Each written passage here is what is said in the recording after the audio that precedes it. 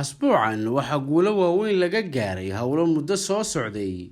Waxaan si dhow ula socday heerarka horumarka laga gaaray gantaalaha Bostogan oo ay farsameeyeen shirkadaha wadaniga ah. Waxaan goobjoog u ahaa tijaabadii guulaysatay ee gantaalaha Bostogan oo laga soo ridayay diyaaradaha dagaalka ee F-16. Waxaa lagu guulaystay in gantaalaha Bostogan inay garaacaan bartilmaameedkii saxda ahaa ee loogu talagalay.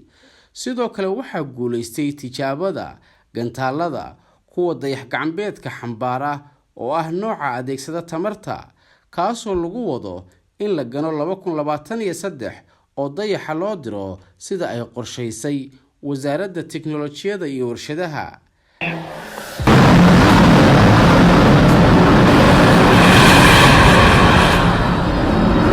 Gantaalkan dayax-gacmeedka geyn kara hawada sare ayaa qayb ka ah qorshayaashii 10 sannadood ee aan horay u dejinay.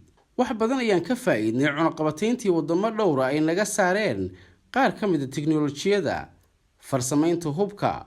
Tusaale, Canada waxay noo diiday inay naga iibiso qalabka diyaaraduhu wax ku arkaan ee la yiraahdo Common Targeting System. Sidoo kale Canada waxay noo diiday inay naga iibiso motorada BT6 ee diyaaradaha qaar ay ku shaqeeyaan, iyadoo Canada ay nagu eedeynayso inaan garab siinay Azerbaijan iyo in diyaaradaha Turkigu sameeyo ay dhibaato u geysteen Armenia dagaalkii Karabakh.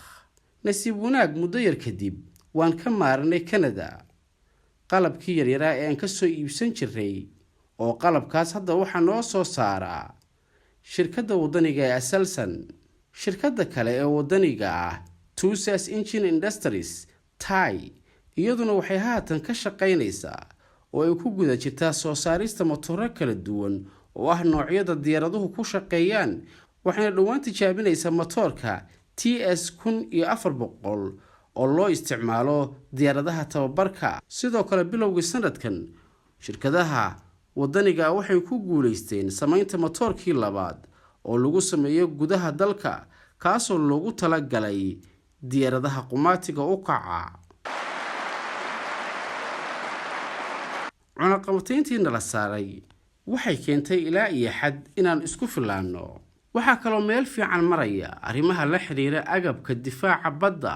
Markabka diyaaradaha xambaara ee Turkiga TCG ayaa noqday markab indhaha caalamku idil soo jiitay, waana mawduucyada ugu xiisaha badan ee ka soo baxaya warshadaha difaaca qaran ee Turkiga.